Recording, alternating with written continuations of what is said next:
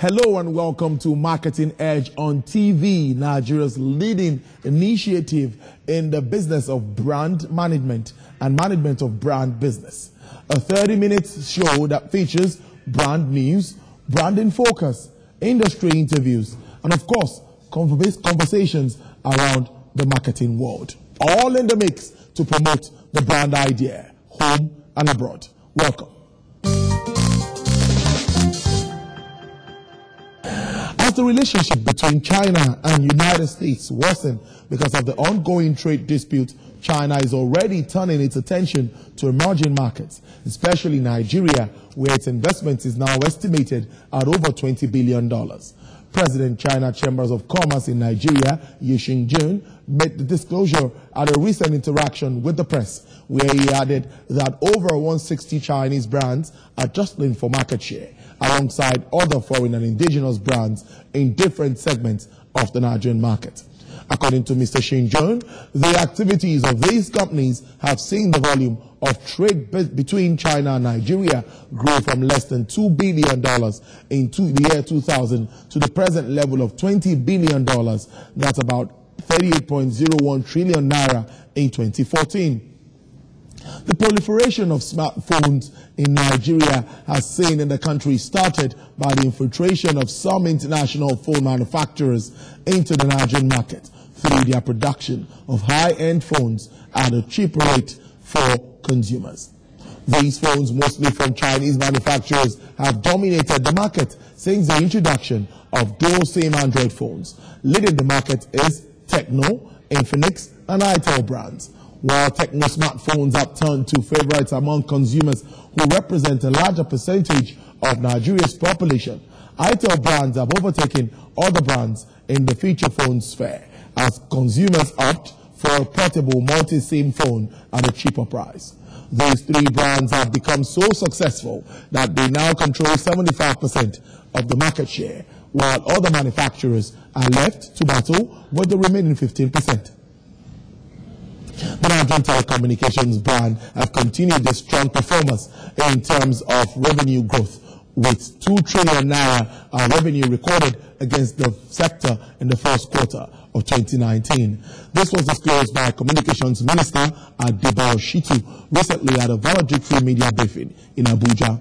The minister has disclosed that Nigeria's telephone subscribers base rose from 152 million in 2015 to 173 million by 2019 as a result of the massive investment of the government in the telecom sector.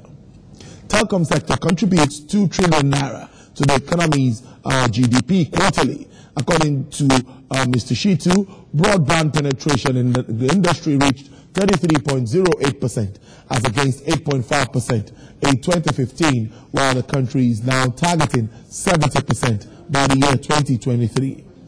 The quality of services has improved significantly. The country is targeting 120,000 kilometers fiber infrastructure by 2023 to enable the federal government address the challenges of the information communications technology sector as the world moves towards digital economy. Coca-Cola company has announced that it will no longer refranchise its African bottling business, Coca-Cola Beverages Africa CCBA, and will now instead keep its majority stakes in the unit for the time being. Coca-Cola said in a statement that it had discussions with a number of potential partners over the issue. Coca-Cola HBC and rival Coca-Cola European partners were seen as potential buyers for the unit. The U.S. beverage giant had wanted to refranchise the unit as part of its global plans to divest its manufacturing and distribution assets to focus on main beverage business and boost margins. Coke in 2016 bought a majority stake in CCBA, the continent's largest soft drink bottler with operations in a dozen markets, including South Africa, Kenya, Uganda, and Tanzania. The company said it will reclassify its financial statements from second quarter in 2019 to include CCBA as part of its continuing operations. A fears emanating from the Advertising Practitioners Council of Nigeria, APCON, and is anything to go by, then operators in the digital market space may soon be subjected to some strict guidelines, as the federal government is working at establishing a regulatory framework for that segment. Acting Director General of APCON, Mrs. Ujedi Yoha, admitted that digital revolution has become a major challenge for advertising regulations, adding that government, through APCON and other stakeholders, have started making moves to put a framework in place to address the abnormal situation.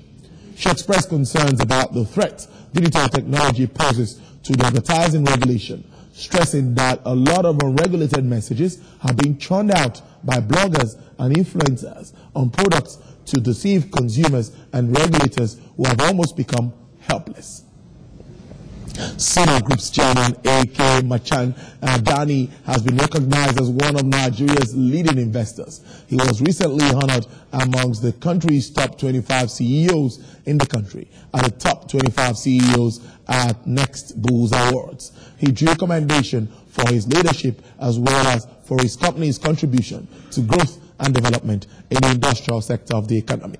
The ceremony was put together by Business Day in conjunction with the Nigerian Stock Exchange, NSE, to recognize and appreciate key industrial players who have remained steadfast in their efforts to ensure the growth of the economy. Mr. Machandani, who dedicated the award to the entire staffs of the company, said that the recognition is for the team of more than 6,000 workers who have all contributed to this achievement. He thanked the organizers of the event for honoring the efforts of the industry players and stakeholders who are creating more business opportunities for various sectors of the Nigerian economy. Smile pioneer 4G long-term evolution telecommunication service provider in West Africa has appointed Hamid Farroukh as its group chief executive officer and Irene Chanley as its deputy chairman. The appointments will take effect on 1st of June 2019. Smile's co-chairman and group CEO of Smile's majority shareholders, Al Naha Group of KSA, said that African telecoms market is as dynamic as it is challenging, adding that Hamid is suited to lead Smile's next exciting phase of growth. The company has transitioned from a spectrum-rich upstart to the fastest, most reliable data gigabyte factory in sub-Saharan Africa. The deputy chair, Irene Chanley, noted that Smile is poised towards achieving profitability and creating value for stakeholders, stressing that Hamid's appointment remains highly commendable. They all agreed that the next phase for Smile will focus on delivering excellent operational returns, achieving profitability, and creating value for all stakeholders. The National Institute of Marketing of Nigeria, NIMN, is set to begin its mentorship program for students and young marketing professionals who newly joined the marketing profession. And the president, NIMN, Tony Agremomen, who disclosed this during an interactive session with newsmen in Lagos, stressed that the mentorship program would be given the utmost priority in his second term in office as president of the institute. He argued that the program was necessary to groom both the students and the young marketing professionals to learn the nitty-gritty of the marketing profession. The NIMN president further adds that the crop of marketing professionals in Nigeria today are doing great jobs, but lamented that at the junior management level, a lot of the professionals need training and exposure to function properly, hence the need for the mentorship program.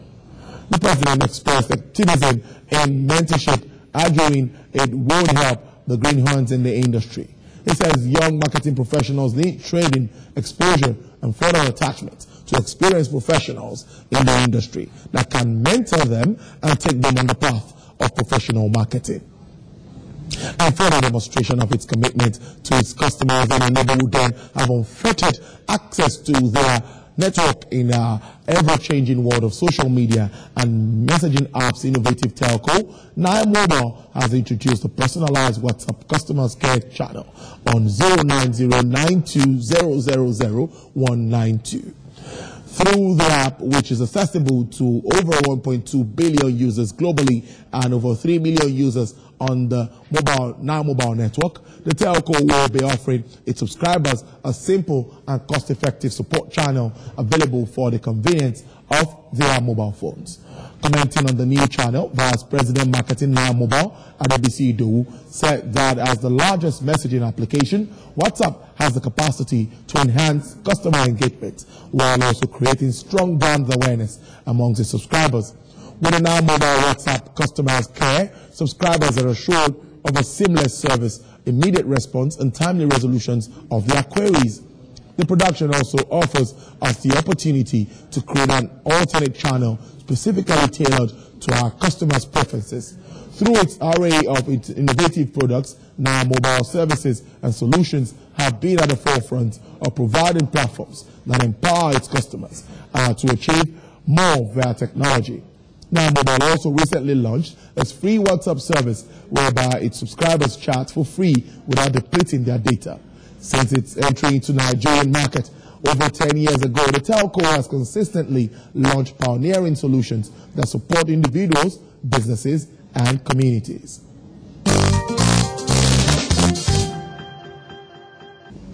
Next is branding focus. Now, the rise of Fintech firms in Nigeria and the Nigeria financial landscape deploying technology to improve activities in finance and making financial services more accessible to the general public has changed how brand owners market their goods and services to consumers. And financial services, much like publishing, are made of information rather than concrete goods. It then follows that the financial industry is one of the most vulnerable to disruptions by technology anywhere in the world.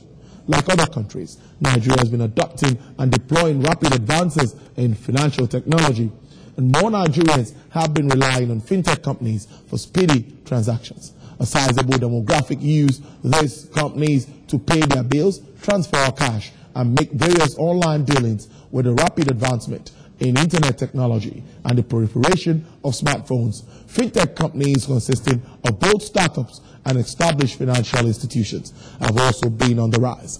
A few examples of such startups are Paystack, Cowrise, Piggy Banks, NG, Paga, Conga, Pay, we can go on and on. Marketing Edge on TV's findings reveals that the quality of companies and founders in the fintech ecosystem projects a massive return on investments, potential, and industry expansion if accorded the right marketing strategy and brand innovation. Across the African continent, over $560 million was reportedly invested in tech companies in 2017. Of the $114 million reportedly raised by tech companies in Nigeria, 75% of it went to fintechs in 2018. Nigeria's fintech landscape, however, is being revolutionized by a new breed of digital disruptors. Finally here, it's glitz, glamour, and a celebration of creative excellence at the 2019 Marketing Edge Brand and Advertising Excellence Awards, celebrating the best innovative minds in the marketing industry. The theme for this year's all-important event is storytelling as a new paradigm shift in contemporary brand building, convergence of creativity and technology. This event holds on June 26, 2019 at the Balmoral Event Center, Oregon, starting at 10 a.m. prompt. Keynote speaker, Professor Sir Chris Ogbeche, Senior Faculty Officer, Lagos Business School and Fellow APCON. Chairman of the day, Mr. George Top, Managing Partner, Marketplace. Who should attend? Corporate CEOs, professionals in the public relations, marketing, advertising, and the entire integrated marketing communications sector. The final deadline for awards entry submission is 10th June 2019. For participation, advertising, and enquiries, please call 0802-324-3054 or email us at info@marketingedge.com.ng. You can also visit our website, marketingedge.com.ng. Marketing Edge, promoting the brand idea.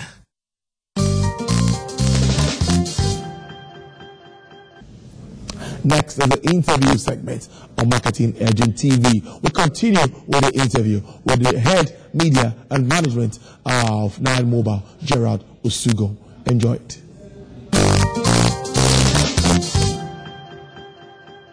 Well, it's great to have you join us on the show today. Now, would you say the media has over the years justified brands advertising expenditure in terms of value addition?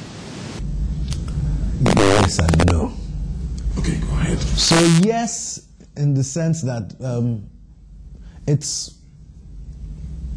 we have the situation. So sometimes I tell people that we play the cards that fate has dealt us. So we have the tools. It's one of the surest ways, especially traditional media, to talk to the mass.